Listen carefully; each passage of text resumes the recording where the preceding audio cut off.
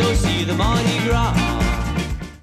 Happy Mardi Gras, and welcome to another episode of Tales from the Parade Route. Tonight we are here with the captain and founder of the crew of Bosom Buddies and Breast Friends. Paige, how are you? I'm great. How are you doing? We're doing good. Good. So, tell us a little bit about the founding of the crew. I know that as we said, you're the founder of the crew, and I've seen the progression of the crew. So tell us a little bit about the founding, why it came to be. So, I am a bit of a Mardi Gras holic, for lack of better terms, and Okay. I love every little bit of what Mardi Gras is and has to offer. And we did this huge king cake party where everybody brought a cake from a different bakery, and we blind taste tested it and voted on winners and all this. And I rode in Pygmalion right from the beginning, but I wasn't in a walking crew. And I thought, wouldn't that be a blast? But at the time, I was a manager at Second Harvest Food Bank. Okay. And I didn't have time to be in a dancing crew, learning rehearsals all the time. Like, I just couldn't do that. And I thought, what if we just did a parade, just a walking parade, just 16 blocks, 20 blocks, whatever. And I was sitting home, and it was 2013. It was Labor Day weekend. And I just had this vision of girls dressed up in tutus and bras and fancy headpieces or whatnot, wigs. And I started drawing out these pictures. And I went into work the following week. And I said to my boss, hey, what do you think about this idea? She's like, I'm in. What do we do? And then I talked to a few other people, and they were like, let's do it. Let's make it happen. And so we got together. I decorated a bunch of bras by hand that week. And that Saturday we had a meeting at the Golden Corral up on Williams. We had the back room, and I laid all the bras out, and people brought friends, and there were probably about 40 of us. And we decided to do it. And so we threw money on the table, and we got a band, and we found a place to have an after party. And it went from there. We added a bus to it because I have relatives that were killed by drunk drivers, and I didn't want anyone drinking and driving. Yeah. So we got a bus from uptown down into the quarter and then back out at the end of the day. And then people would just stay out here and kind of sober up. We had a house. We were renting an apartment on the corner of Coliseum and Napoleon, right on the parade route. And it was a hoot and a blast that first year. And we decided, let's do it again and again and again. And it grew. Our largest year, we had 80 walkers and 28 people that wanted only party tickets. And the venue held 120 people. But we decided to cap at 75 because there were no lines for the bathroom or the bar that way. Yeah. And so that's where we draw the line these days. And I think last year when I saw y'all had to be right close to that number. I mean, there's a bunch of people in your crew that march the parade every year. Yep, there were 75, and the police didn't show up even though we were permitted. And so the state police told us just to walk. So we had the guys in the parade kind of forced us through. Like, they got up front. We had a friend with a megaphone yelling, clear the way, and the band right behind him. And we pushed through. So we had some support outside of the crew last year. Is it always a female only with maybe male chaperones and whatnot? Or what is your crew comprised of? The original idea was kind of based loosely on the dance crews, where there was like the girls danced and the men kind of walked support on the sides. Sure. That was kind of what we originally thought. And so women, we all wore colorful outfits. The first year it was How Sweet It Is. And so everybody was dressed as a candy or sweet of some sort. And so we came up with the idea that the breast friends would be breast inspectors, and they would wear white lab coats so that our colors would really pop. And the original idea was that they were our security detail. We didn't want to carry ropes. We didn't want to keep the crowd away. We wanted to interact with the crowd. We wanted to dance with them, and we wanted to take pictures with them and throw throws to them and hand them things. We didn't want that in between us. And so originally it started out as all coworkers and friends and family, and the men were very invested in keeping the ladies safe because they knew them all. Sure. But when I left the food bank, I got headhunted away into corporate America. And so some folks came, people do it a couple years and it's off the bucket list and they move on, and they stay fans, but they just are done with the walk. And so new people came and went, and they didn't know each other as well. And so the roles of the men kind of changed, and they became more active participants in the parade. They wanted to throw too. And so they became equal members of the crew, but typically there's 3 women for each guy. Like there's just not as many men that want to be breast friends. That sounds like a good ratio to me. Well, for parades, that is. For parades, I mean. Right. And we don't necessarily say all the men are breast inspectors or breast friends. What we say is, if you want to wear the lab coat, then you're a breast friend. And if you want to wear a bra and tutu, then you're a bosom buddy, but you have to do the whole thing: the bra, the tutu, the headpiece, and the wig. We don't delineate by sex because everyone's welcome. It's just coming and having a good time. And it's not like a dance crew or other crews where we have requirements. We only ask everyone to sign the waiver and to try to make it to the pre-parade meeting, which we call the bra summit.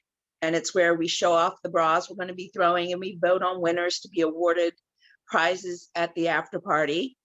And we go over the safety of it. And we have a couple of rules, but not many. It's kind of do what you wanna is our attitude. If you don't come to everything, that's fine. If you want to come to everything, that's awesome. But we don't go to events if we don't have at least 10 people. I won't participate. Do y'all pick royalty in your group? I'm the captain because no one else wants to be so far. And every year we have a new king. We call him the Boo-Bah. And he wears a big tall hat, and he is elected by the crew every year. What's the hat look like? It looks like the Pooh-Bah hat from Fred Flintstone's. It's a big purple fuzzy hat with horns sticking out of the side. Okay, yeah, perfect picture. Yeah. How do y'all decide on y'all's theme each year? Originally it was just the board picked one out, and then I guess about 3 or 4 years ago we started proposing at the bra summit for the following year, and then at the after party I announced the next year's theme. And the last 2 times we voted, it was a tie, and so one went for 1 year and then the other one went the other year as the board determined, but it was the membership numbers that determined that. So this past year, which will be next year's theme, you guys are the first ones in the regular public to learn this, is going to be Breasts of the Wild. No. All right. And everyone will be a different animal or bird or fish or whatever. Nice. Breaking news. We never get breaking do news. You like when everyone's picking out their individual theme related to it, that for next year, do y'all have like a checks and balances to make sure that everyone doesn't come dressed as a horse? You know what I mean? We do. So what happens is we have an application that you file online through our website, and then you pick your top 3 theme choices. Okay. And then as you pay, it's first pay, first claim. The first year we let people claim and they never showed up. So people who would have liked to have had certain themes couldn't be it, and then no one there was it. And so we decided if you pay, you get your theme.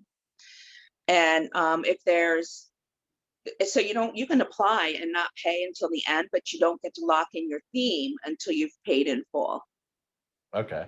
So does each member create their own costume, or do you have like a general basis of a costume, or is it kind of free for all within a style? Like almost a template to go off of. Yeah. Yeah, the only requirement for the costume is a tutu with a bra, a wig, have and a that. hat. Right. So you could come out. Well, I just need a hat, but yeah, other than that, yeah. You can borrow one of mine. I have it. The Breath of the Wild theme, is that a play off the release Beast of the Wild. Beast of the Wild. Mhm. Okay. All right. Yeah. So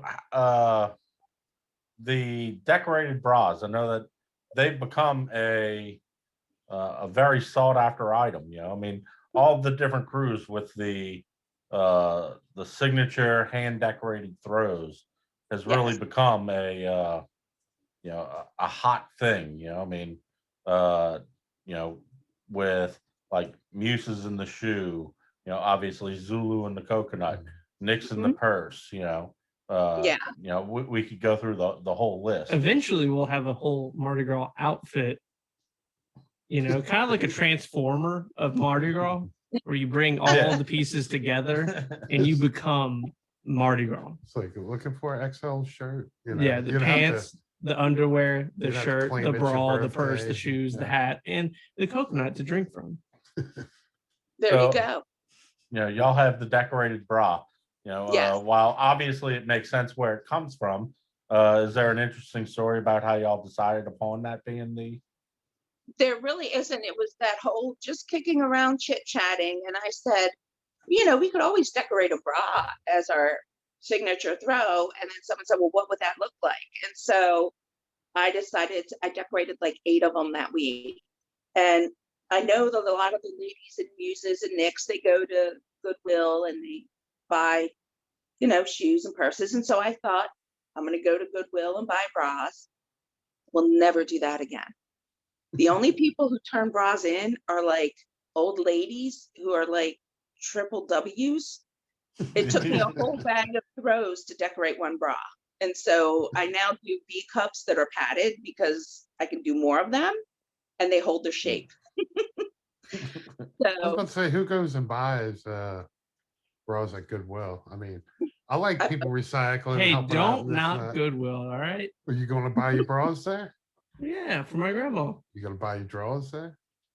They don't sell underwear. You It- didn't they which- buy sell underwear? bras and that's Which doesn't underwear. make sense why they would sell the bras if they Yeah, don't that's sell kinda- underwear. That was kind of my question. Okay. I don't know, but they did, and I used them for decoration, and I won't do that again. Never again. You might have bought out their complete stock worldwide. So do y'all do like bra decorating parties? No, that's like Sometimes. Sometimes we have members on the North Shore and the West Bank, as well as in the greater New Orleans area right here. And some of the times the girls on the North Shore will get together. We do have events through the year. We love to support Festivals and Midsummer Mardi Gras for sure. And we have our own ball. It's called the Breastivus for the rest of us. And we do as formal as you want to be. The only requirement is you wear full length pants. You can wear a mini skirt, you can wear a jacket, you can wear khakis, whatever, all the way up to tuxes and gowns. We've had it all. So we do little events here and there, and bra decorating is definitely something we've done here and there. What is your traditional parade day? Is that what was it? it's the Thursday? Friday. It's the Friday? Friday before Mardi Gras. So Uh, it's always been that day. Has it always been that Friday? Always, ever since we started. We meet up, the bus leaves at 8 o'clock from uptown. We went one year to the Avenue Pub, and then after that, the people at St. Charles Avenue or St. Charles Tavern, they invited us to come and toast there. So we would have a toast in the morning, and then we get on the bus and go into the quarter, and we were having breakfast at the Cafe Beignet right across from the Sonesta, so we could watch the creasing of the poles. And then we would go pick up our beads, and at 11:15 on the corner of St. Louis and Bourbon, we do toasts, and we do what we call the boobs out ceremony. Until we get to the actual corner there, we remain covered. The only thing you can see are bras and headpieces. And if we know someone who's a breast friend, they typically let us use their lab coats. And then I get all the girls together and I say, ladies, and they unbutton the front and I'm like, boobs, and on out, they whip the coats off. And so it's like an unveiling. So we go from all white to all color. Oh, wow. And then the parade starts. What exactly is the parade route? I know that y'all go through a couple of the streets in the quarter. Yeah, we start at Bourbon and St. Louis, and we go up to St. Anne and make a right and go down to Royal and make a right. And then we go to Bienville. We were doing Iberville the first year, but then they changed the rules and we had to go to Bienville. And then we turn on to Bourbon and disband at Conti and Bourbon. And then we go up at 409. We have the upstairs. Traditionally, we've had that as our after party. So how has the crew been operating during the lockdown? Yeah, we really went kind of underground for a while. So we haven't been doing a whole lot, just really keeping in touch on Facebook the best we can. But this month, we're going to start back up with our monthly newsletter and more active outreach to the current members. We've had a lot of brand new people sign up, though, in the meantime, that were looking for a new experience that have been wanting to join and figured, well, now I got 2 years to get myself together. Yeah. That's good. You still have a little growth while, I'm sure everybody's going to take a bit of a hit this time, but. Yeah, I think a lot of crews did. Yeah. It's good that you get new membership signed up and have a positive outlook on future Mardi Gras. And I'm guaranteeing now that we're riding next year. I mean, it has to happen. I think the city will burn down if not.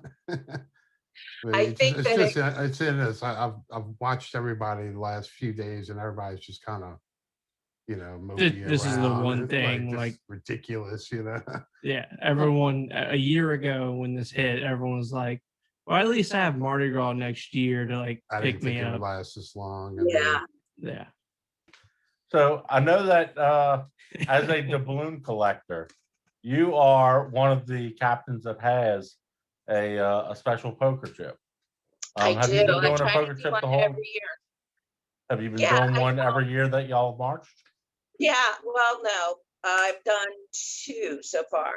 Okay. And then I'm going to continue. I really debated doing one this year with me and a mask, but I didn't know who would be in town or what was going to happen, and so I passed this year. But I will have one next year. And I'm going to see if I can get one with like leopard print or something around the corners, or zebra, because, zebra. So is everything you guys do like a play on words? Mostly. I appreciate the Bosom Buddies. I mean, I appreciate the amount of work that goes in your guys' wordplay. Do you have a favorite theme that y'all have done in the past? Oh my gosh, every one of them has been fun. We did Patriotic was fun. I thought that was phenomenal. All the red, white, and blue, and just the fun we had with that. But every single time it's new and exciting. None of them have been like, oh, I didn't like that theme, because every time everyone takes it in such a great way that it's just exciting to see the creativity of the ladies that join the crew. That's the most fun for me, is that and the people along the route. Yeah, I've seen, lots of people, especially on that Friday, because there's so much going on in the quarter. I almost say that that's like one of the more active days of the French Quarter out of all of Mardi Gras, besides Mardi Gras Day. Yeah. There's, like you said, the greasing of the poles. There's your parade. I know there's a few different crews that parade on that day or do special functions, with a lot of the crews that roll that weekend. the different floats will have like float, essentially a float ball or like Right. a dinner, Yeah, the Fat Bankers Parade, they're one of the tucks. I Yes. think that's the Funky Tucks, maybe. Yes, it is. The Prima Donnas and the Divas. We've seen the goddesses out there. They're called the Dragonflies. We've seen out there. And there have been other groups that have come and gone. Do you have any plans to move beyond your route, like say march with another parade, for instance, or do you like being your separate entity? We like being a separate entity. We've been invited to do things, and it goes back. Everything is a democracy. I mean, I'm just a captain for really planning purposes. Everyone has an equal say, and if it comes down to a tiebreaker, then I have to decide it. We have a 9-person board, so that there's never a tie. And if someone wants to, I won't go unless I know I can get a decent number of girls. We've gone to a lot of things, and it was like me and my husband. Everybody's like, yeah. And I'm like, great. And then we show up, and it's just the two of us, and we're like, hey. So, I've got to have the interest among the crew to definitely sign on to something as an official crew, but I will go and support things. We do the blood drive for the organ grinders. As many girls as we can get there who are willing, and guys who are willing to roll up their sleeves. Oh, look, I mean, you're wearing a blood donor shirt. There you go. Yeah. I definitely believe in that too. We did the Rolling Elva, I did an event. And so if we see something from other crews that we can do, we try to support the other crews, just because we feel like we're all in the same fraternity, sorority kind of situation. And that's one of the things that we've started to see in reference to a lot of the different marching groups and dance teams is that camaraderie between all of them, to where, when we talked with the Lucha crew, they did like a 24-hour drive thing, and all the different crews would show up at different times with either like a challenge for them or their way of making a donation to their cause. And same thing with, like you said, to where y'all go and support the organ grinders when they do their blood drive, and all the different groups. Yeah, if we know about it ahead of time, we definitely do. Sometimes we don't find out until after, and then we're like, keep an eye on that for next year, see if we can help them. So the outfit that you're wearing right now, what was the theme for the outfit that you're wearing now? This is actually the new crew t-shirt. Like, we do a t-shirt every year. This year we did a Hawaiian shirt, so that if we get invited to any luau's, we can go in style. And on the flowers is the crew logo. I don't know if you see it down there. Okay. All right. Bosom Buddies, yeah. So I thought I would kind of show that in the fact that I live in a house or an apartment that was in an 1890s house, and it's cold in here. So the costume wasn't a thing I could do comfortably. So I decided to roll out the new shirt and give you guys a preview of it. Sneak peek, we got the scoop. Yeah. You did? Wait, That's so this is your natural hair? You're not wearing Not really. Oh, okay. No, I wouldn't be able to work if I had hair like this. I'm going for it, but it might take a while for me to grow it out, so we'll work on it. Yeah, I get you. Do you have any examples of the decorated bras that y'all do? I don't. I gave them all away. No. And I haven't made any. I know. I get out there and throw. I only do that in the doubloons typically. Let the girls hand out the medallions and all the other stuff. And I don't do. Everyone's limited to 10, and it's not mandated that they do any. They can do 0. They can do all the way up to 10. But I usually do about 10. And then if we have events, like one of our members did a bra that was at Jamnola. I don't know if it's still on display there or not. So like for that, I told everyone, if you want to do a bra, go ahead and do it. And it was in the early days of COVID, and put it up for vote. And I got 6 bras in, and we did a vote, and the winner is down there. Awesome. Yeah. So I can definitely send y'all pictures though of some. yeah, please. Yeah, We'd definitely. love to share it with all of our listeners. Sure thing. I can make it happen. I just need to make sure to get me one next year. So Slacking. where can people follow y'all online? Well, we do have a Facebook page, and it's Bosom Buddies and Breast Friends. And we do have a website, which is bosombuddiesnola.com. I think it's com. Is it org? Bosom Buddies Nola. It'll come up.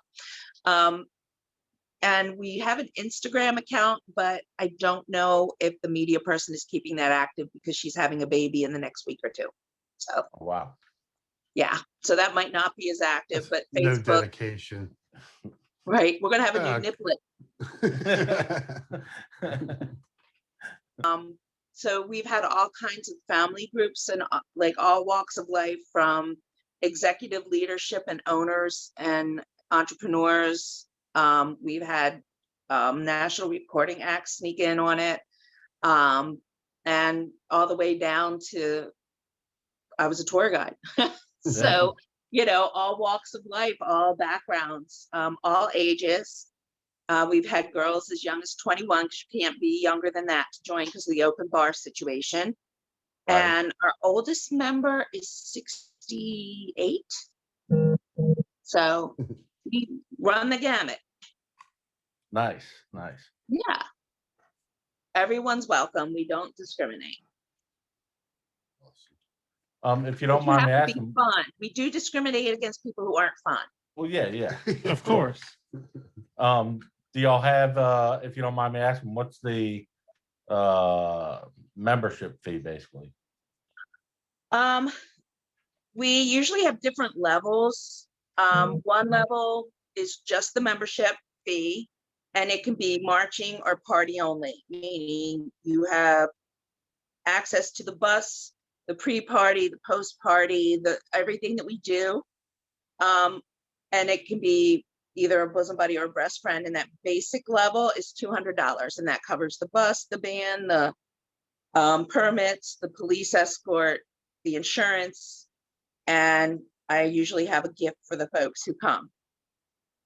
And a photographer. We always have a photographer that we hire to make sure, because when you're in the middle of it, you don't want to be pulling out your phone and selfie. You want someone there to take a photo so you can just be in the moment.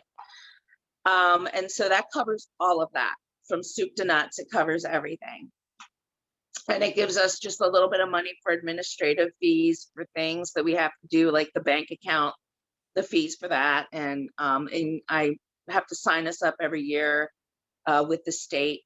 We're registered with them too, just to keep everything above board. So all those little fees and stuff are covered. And including throws. We tried throws all kinds of way, ordering a la carte, but that's hard because you don't know how many to order, and then you get enough orders and you order it, and then people want more, and then you have to do a second order, and so it's not cost effective. So we started doing you can order your throws with membership, and that gave us a better buying power to get more varied and more of an item. And then the third level includes the throws and the formal. And we do that based on the year before's prices and hope it doesn't go up too much. And then if you decide to do everything a la carte, it's going to be whatever the costs are at that moment. Okay. Seems reasonable enough to me. Yeah. I kind of like how you give the option to do parade and whatnot, because I don't know about you guys, but most like riding parades, a lot of people come from out of town, can't do everything necessarily. So it's kind of good that you have that sort of level to do that with. Right. And we, like I said, every event is do what you can, do what you wanna. We don't want anyone to feel excluded or under pressure to do something or left out, that they don't want to do something. Like we're excited to see everyone at everything they show up for. And if you can't make it, we just drink a toast to you while you're not there, essentially. You'd mentioned with the parade that y'all do have a marching band. Yes. Is it a traditional band that y'all use each year? It is. We use Big Fun. We stumbled across them the first year, and we've just held on to that as a tradition. And they take us around the route, and sometimes they'll come upstairs and play a couple songs for us too. And then we'll invite them, to have a bite at the buffet. Usually they can't drink because they're heading to another gig, so they kind of hold off. But we have the buffet and the open bar, which they're welcome to, and we'll cover their cost for that. Like how you keep the same band. I've seen almost everybody we've spoken with has done that. They've picked one, liked one, and stuck with them. So Oh, definitely. it's And good for the they- bands. They know what they have in store, not have to worry about it. Yeah, I'll reach out to them. I'll be like, can you get us on your schedule? You're on the schedule. Perfect. What was y'all's theme this past year? This past year was Boob Tube. Everyone came as a different TV show. And which TV show did you choose?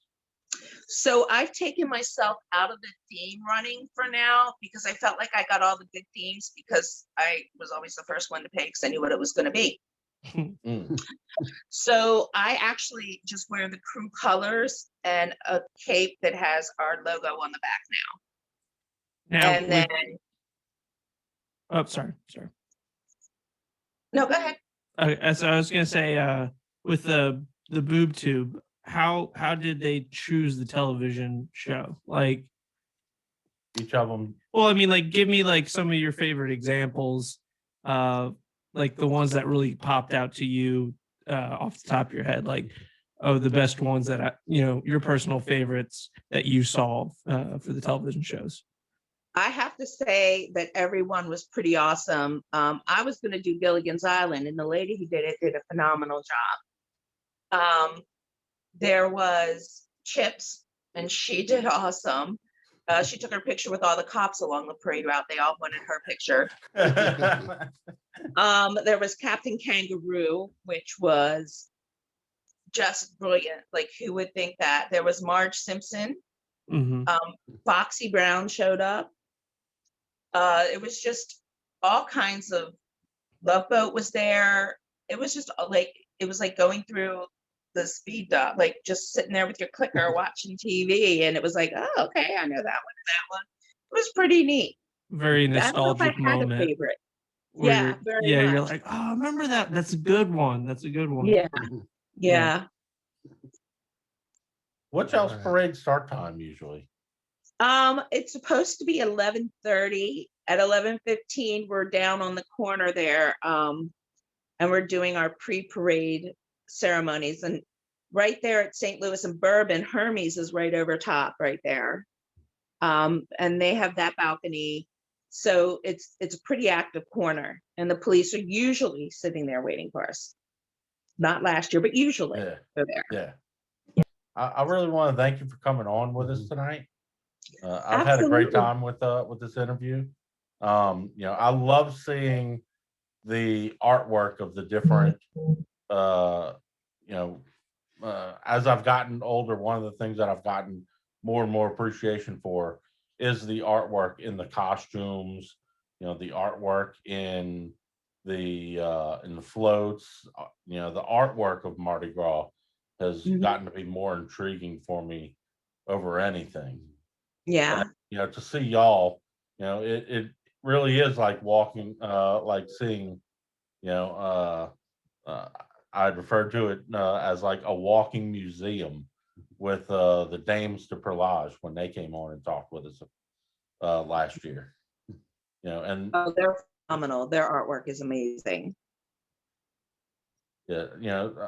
Seeing all of the time and dedication that all of the different groups go through with making y'all's costumes, it's very heartwarming to me. Oh, thank So again, thank you so much for coming on with us. I look forward to seeing y'all in 2022. Until then, stay safe and happy Mardi Gras. Signing out. We'll see you out on the route. And as the bosom buddies say, ta-ta. Happy Mardi Gras. Happy Mardi Gras.